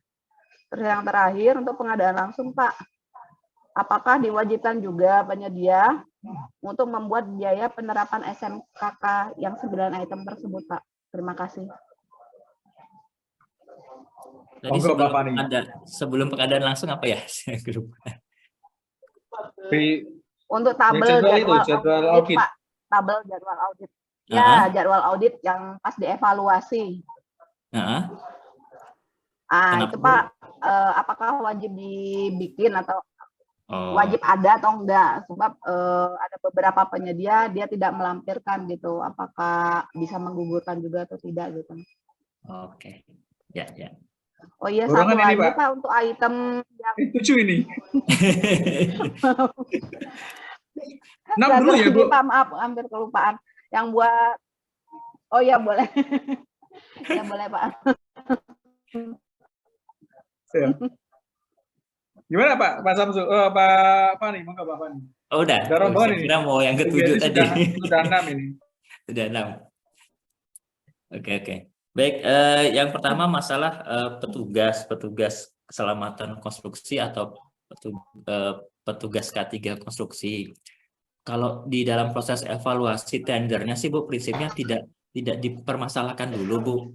Karena kan kita tidak memeriksa sertifikat di situ. Jadi hanya sekedar mereka menyampaikan ada jabatan untuk petugas K3 atau KK dan pengalamannya, atau tadi nggak ada pengalaman berarti ya 0 tahun ya. Asalkan ada nama orangnya ya berarti dia nggak memenuhi, Bu, pada saat proses evaluasi ya.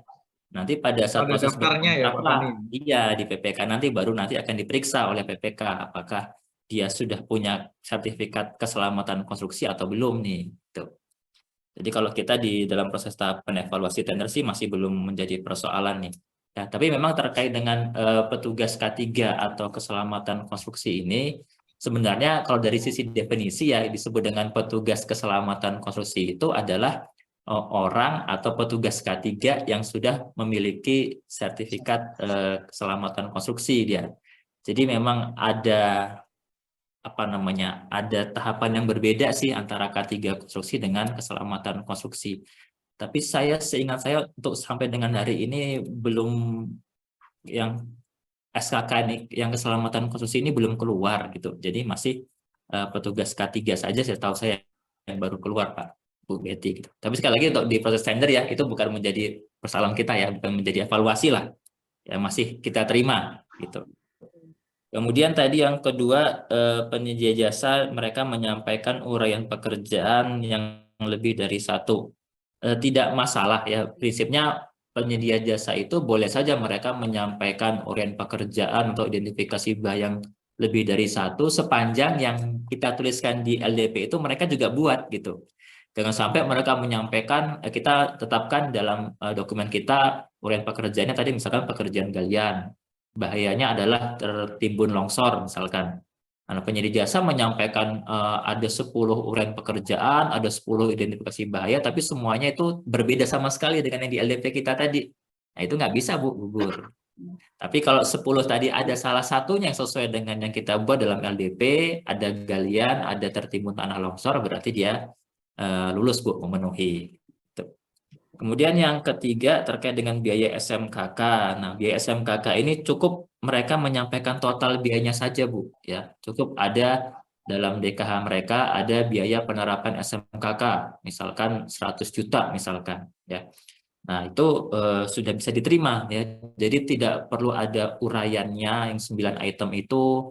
Atau mereka mungkin menyampaikan hanya cuma 3 uraian saja, ya itu tidak menggugurkan ya. Jadi sepanjang nilai totalnya sudah ada, maka itu bisa diterima. Kemudian yang tabel B1, B2 apakah wajib bertanda tangan? Tidak diwajibkan Bapak Ibu semua ya. Jadi penyedia jasa cukup menyampaikan tabel B1, B2 yang sudah terisi, di mana di tabel B1 itu uraian pekerjaan sama identifikasinya harus sudah sesuai dengan yang disyaratkan di dalam di dalam LDP. Memang dalam contoh format ada sih isian tanda tangannya di situ sebenarnya ya di dalam format itu ya. Tapi kalaupun tidak bertanda tangan di sini ya nanti pada saat rapat persiapan tanda kontrak atau pada saat PCM lah, pada saat perbaikan itu baru nanti ditandatangani. Jadi seperti fakta komitmen itulah ya, tidak ditandatangani tidak masalah, tapi nanti pada saat berkontrak baru kemudian ditandatangani oleh perwakilan dari penyedia jasa, entah itu direkturnya atau ahli K3-nya. Ya.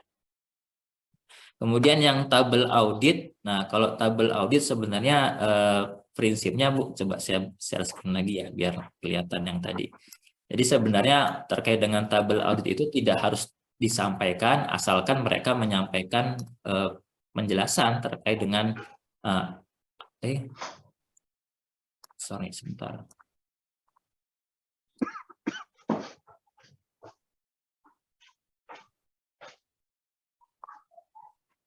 Ini ya benar ya? Iya.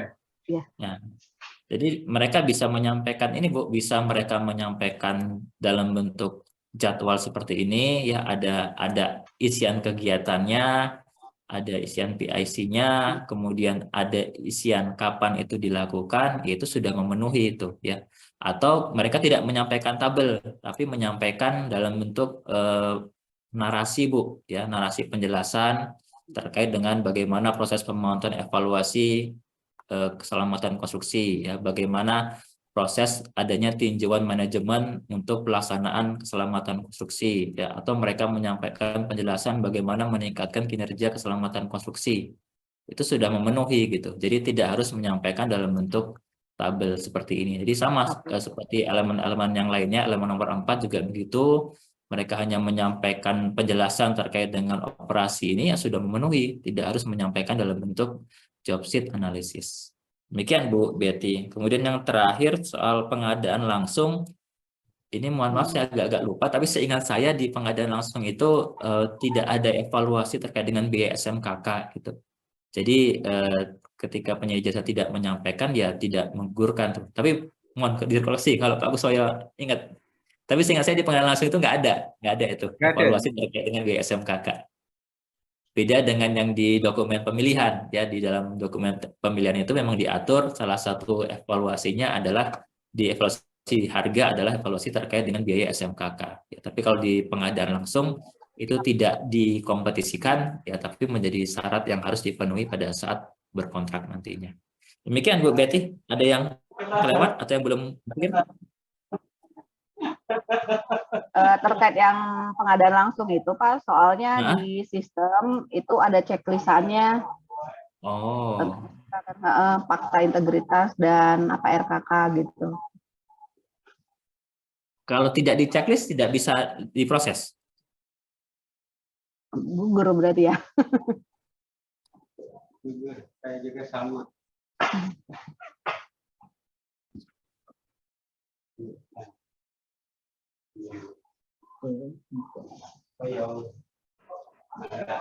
Di sistem SPSE-nya Pak.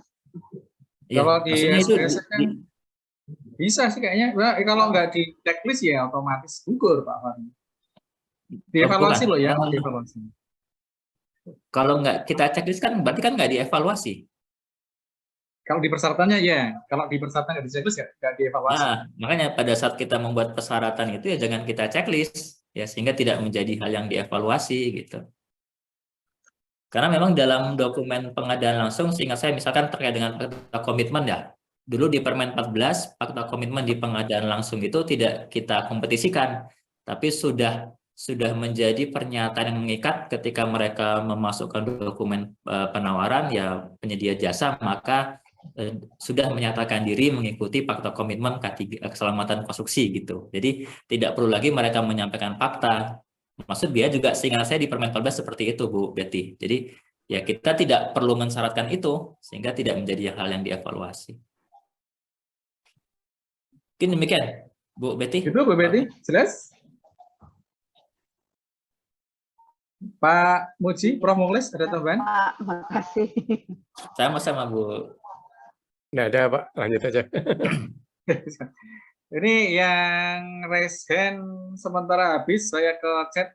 Ya Bapak Ibu yang mau. Satu lagi tuh Pak Satrio. Ada nih, Pak WB Satrio Tomo. Udah. Satrio Tomo. Pak Satrio, silakan. Selamat siang Pak Fani. Siang Bapak. Ya, ini yang saya tanyakan mengenai tata cara pengisian valuasi tadi. Kalau dia di situ penjelasannya hanya berisi tentang tata cara pengisiannya. Jadi misalnya kayak dukungan keselamatan konstruksi, dia hanya memberikan isiannya diisi penjelasan tentang ini. Nah, gitu Pak. Itu ada, itu terjadi Pak. Nah, kemudian yang kedua itu mengenai jadwal audit. Nah, kalau misalnya dia di situ ternyata memberikan kolom atau jangka waktu yang lebih dari jangka waktu yang di pelaksanaan yang disyaratkan, itu gimana Pak? Kan kalau tadi kan di ketentuannya hanya terisi gitu aja ya. Kalau ternyata dia bikinnya jadwalnya lebih panjang, itu apakah menggugurkan? Terima kasih Pak. Ya, makasih Pak Tomo. Jadi memang banyak hal-hal yang ya lucu sih jadinya ini ya. Apa namanya penyedia jasa itu ya karena merasa substansian itu belum menjadi substansi untuk yang dievaluasi, akhirnya ya seadanya saja tadi Pak Tomo ya hanya menuliskan kalimat seperti itu tuh.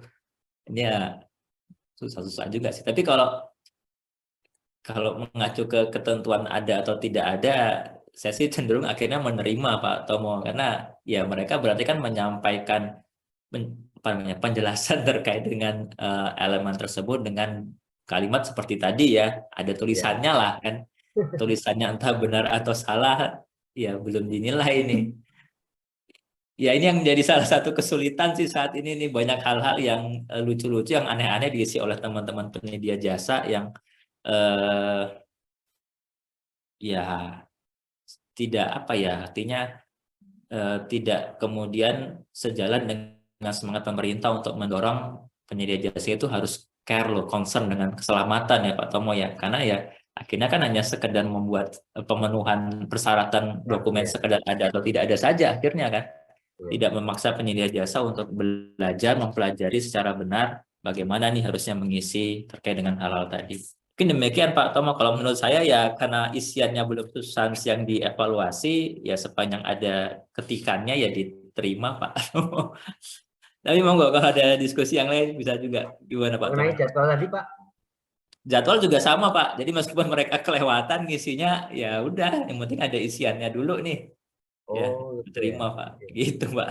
Kecuali jadwal Nah, pelaksana gitu ya. pekerjaan lewat, nah itu baru butuh. Tapi jadwal sekarang juga nggak dievaluasi Pak. Nggak dievaluasi, ya. Iya. Kecuali masuk syarat tambahan gitu, nggak tahu. Ya, kalau Gimana tidak Pak Muji, Prof. Muklis? Mau nambahi? Menyimak saja saya. Prof. Muklis? Ya, Bapak Ibu. Wah, nih Pak Harlin. Sebentar, sebelum Pak Harlin, saya baca yang chat dulu, izin Pak Fani ya. Oh Ini ada iya, yang tanya Pak. ini, Kasihan Budi Pak Setiawan. banyak tuh.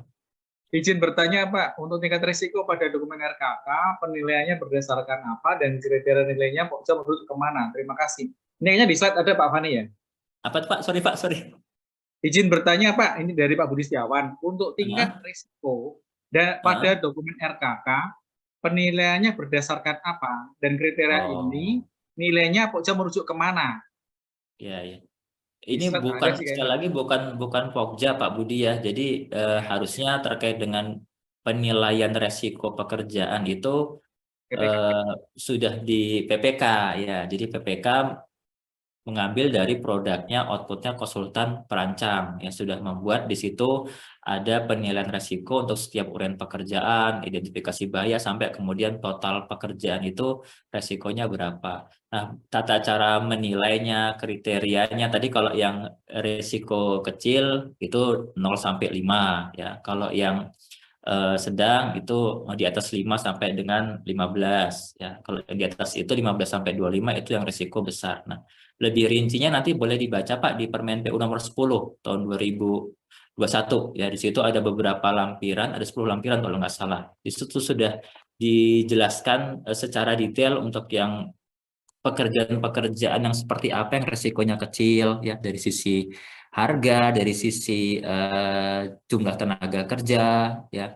Ada contoh-contohnya juga ya, ada contoh bangunannya juga tuh di situ. Dari kalau bangun gedung 1 lantai itu resikonya kecil, 2 sampai 3 lantai 2 sampai 5 lantai sorry. Itu yang sedang, yang di atas itu resikonya besar, itu sudah ada di dalam lampiran Permen PU nomor 10 tahun 2021. Nanti bisa dibaca lebih rinci di sana Pak Budi. Demikian Pak Kus. Masih di mute Pak. Pak Kus. Pertanyaan berikutnya dari Pak Harlin, tapi Pak Harlin sudah raise hand. Monggo Pak Harlin dari Sulawesi Barat. Silakan Pak Harlin.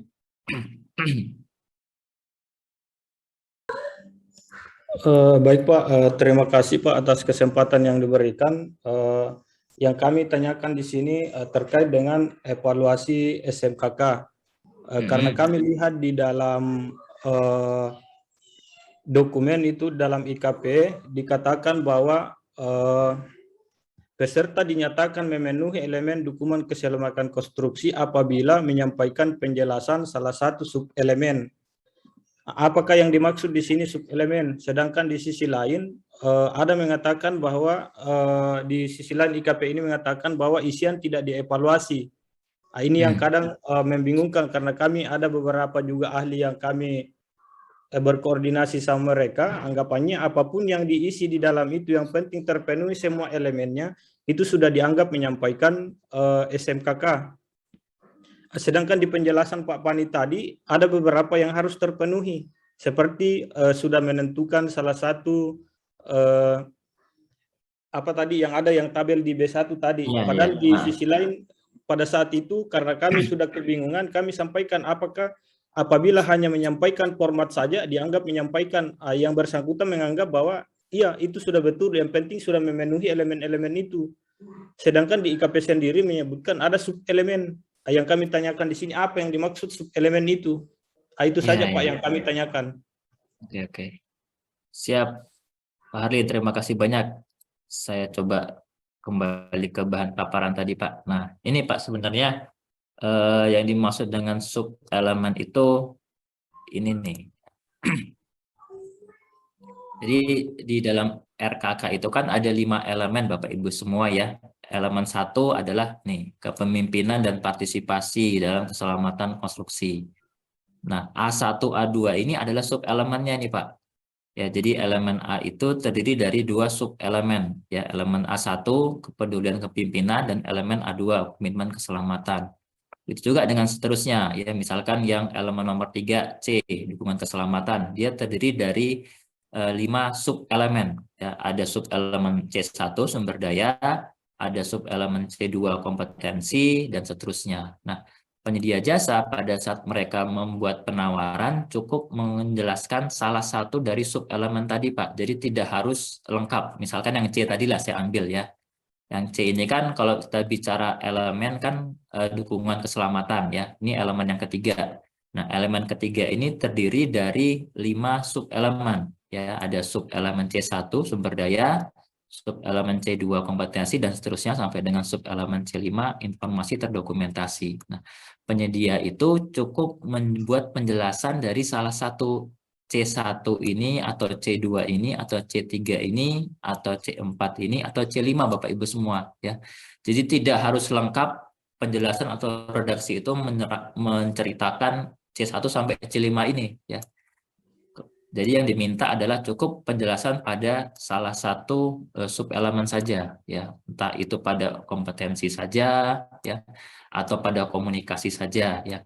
Atau boleh saja mereka tidak membuat dalam bentuk redaksi tulisan, tapi kemudian menyampaikan dalam bentuk tabel ini Pak. Ya ini kalau tabel yang terkait dengan elemen nomor 3 adalah tabel program komunikasi. Itu diambil dari sub-elemen yang C4 ini. Ya diturunkan dalam bentuk tabel, mereka menyampaikan tabel seperti ini saja. Ya yang penting ini sudah terisi, isiannya benar tidak itu tidak jadi soal.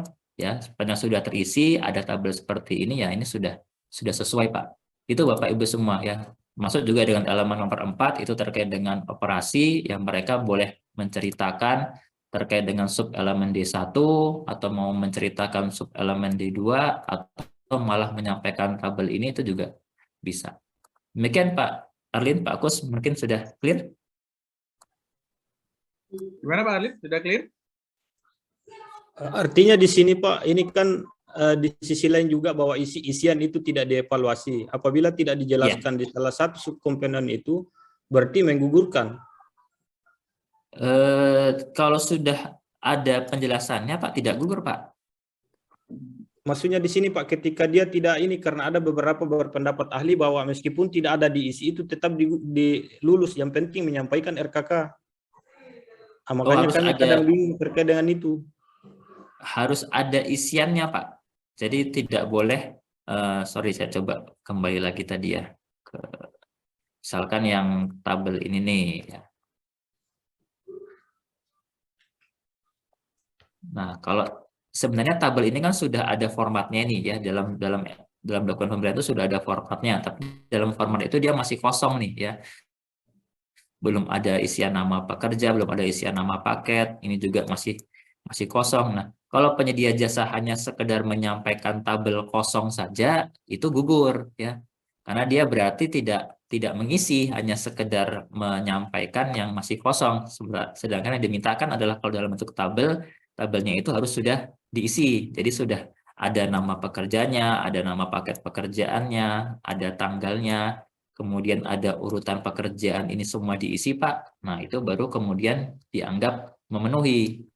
Tapi kalau hanya menyampaikan tabel kosong, itu belum memenuhi. Nah, kalau dia sudah menyampaikan tabel terisi, tapi tidak ada penjelasan narasinya, ini juga nggak masalah. Ya, itu juga sudah lulus, gitu. Gitu, Pak Erlin. Oh ya, baik Pak, siap. Clear ya? Siap, terima kasih Bapak. Izin, Prof. Pak Muji, ada tambahan? Menyimak terus ini. Lanjut terakhir. Pak Syarifuddin, silakan Pak. Ini rame nih Pak Fan. Ya, makasih Pak. Assalamualaikum warahmatullahi wabarakatuh. Waalaikumsalam warahmatullahi wabarakatuh. Ya, izin Pak, saya langsung saja. Iya Bapak, siap. Ya, mohon pencerahannya ini Pak. ada beberapa paket tender, terutama di kebanyakan saya lihat di Kementerian PU, Pak, yang paket Simurp itu, yang rata-rata paket irigasi, dia tidak meminta RKK, Pak, tapi dia meminta RK3K. Ya, yang versi RK3K yang dulu itu, Pak. Itu yang paket-paket Simur ya, yang bantuan, yang loan itu, bantuan Bank Dunia, tidak meminta RKK sebagaimana yang di Permen PU 10 ini, Pak. Kemudian yang kedua, saya lihat tidak ada rincian BUQ untuk RKK-nya itu, Pak. Biasanya kan ada perincian bahwa volumenya sekian, terus kita sisa mengisi untuk harganya. Tapi yang saya lihat BUQ yang ditawarkan ini, Pak, dia cuman kasih di situ di BUQ item keselamatan konstruksi, tapi tidak ada perinciannya, Pak. Nah, itu bagaimana itu, Pak? Apakah kita yang membuatkan sendiri atau langsung saja secara global kita isi jumlah untuk nilai RKK-nya situ, Pak? Ya, makasih, Pak. Assalamualaikum warahmatullahi wabarakatuh. Waalaikumsalam warahmatullahi wabarakatuh. Oke, yang pertama terkait dengan ada paket-paket di PUPR yang masih mensyaratkan RK3K ya. Nah, ini mungkin karena paket-paket loan, Pak, ya. Jadi memang kalau paket loan itu kan mereka biasanya punya dokumen pengadaan sendiri, ya, dokumen pemilihan sendiri, tidak mengacu kepada MDP-nya LKPP, Pak. Jadi memang dimungkinkan secara aturan, memang dimungkinkan untuk paket-paket loan, pinjaman, hibah luar negeri, para lender itu kemudian membuat satu dokumen sendiri yang dipergunakan. Jadi mungkin memang dalam dokumennya loan itu mereka masih menggunakan istilah RK3K tuh ya. Meskipun harusnya kalau kita bicara biar seragam ya dengan paket-paket yang di kita dengan aturan yang sekarang, ya mungkin harusnya teman-teman kalau di kami kan yang menyusun dokumen loan ini dari unit teknis nih ya. Misalnya kalau pakai jalan berarti di Dirjen Bina Marga. Ya mungkin harusnya teman-teman di Dirjen Bina Marga yang kemudian mempropos ke para lender ya untuk menyesuaikan lah redaksinya jangan pakai RK3K lagi ya, tapi sudah mengganti menjadi RKK itu rencana keselamatan konstruksi.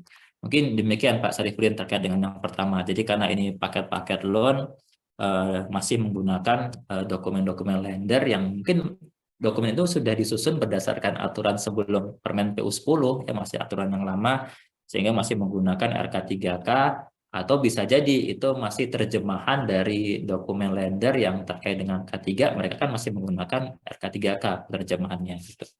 Kemudian yang kedua terkait dengan rincian BOQ, nah ini memang sekali lagi Bapak Ibu semua, kalau dalam proses tender kita saat ini penyedia jasa cukup menyampaikan totalnya saja, Pak. Jadi tidak perlu ada rincian masing-masing item dari 9 item biaya SMKK tadi ya. Misalkan tidak perlu menyampaikan APD-nya ini untuk 100 orang misalkan ya, atau helm proyeknya untuk 100 orang, itu tidak perlu dulu disampaikan. Jadi cukup ada total biaya SMKK adalah 100 juta. Nah, itu sudah cukup untuk memenuhi persyaratan. Jadi tidak perlu mereka menyampaikan 100 juta ini digunakan untuk 100 set pembelian helm proyek, ya 100 set untuk pembelian sepatu proyek misalkan. Jadi cukup hanya biaya totalnya saja Pak Sarifudin.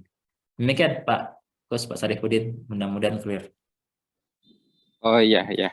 Oke, makasih Pak untuk Sama-sama, untuk yang Pak. pertama ini, untuk yang pertama ya cukup Pak. Yang kedua ini yang saya bingungnya nanti Pak, katakanlah misalnya kita menawar total harga saja, kemudian ketika katakanlah rezeki kita menang terus berkontrak, terus ternyata PPK-nya minta perinciannya banyak sehingga dikalkulasi melebihi harga penawaran kita, itu gimana Pak?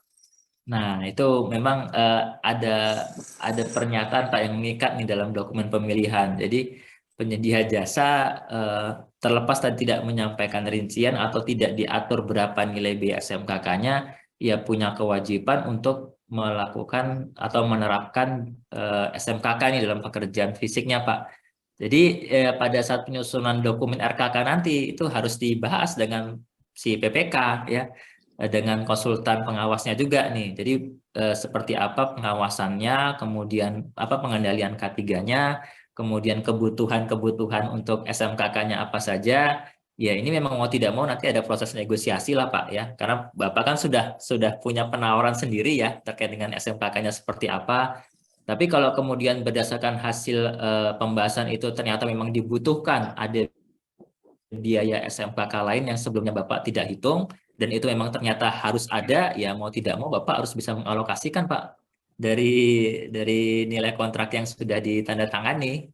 Itu jadi tanggung jawab penyedia jasa Pak untuk makanya pada saat menyusun penawaran pun ya penyedia jasa sebenarnya ya bukan sekedar ada biaya SMKK itu, tapi tetap harus dihitung dulu secara keteknikan ya, secara benar berapa sebenarnya kebutuhan untuk pekerjaan ini Pak.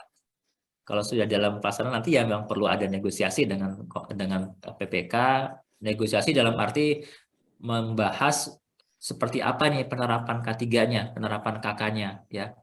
Kalau memang menurut Bapak misalkan dari yang ditawarkan oleh PPK ternyata berlebihan nih, ada yang tidak perlu sebenarnya. Ya ini memang harus bisa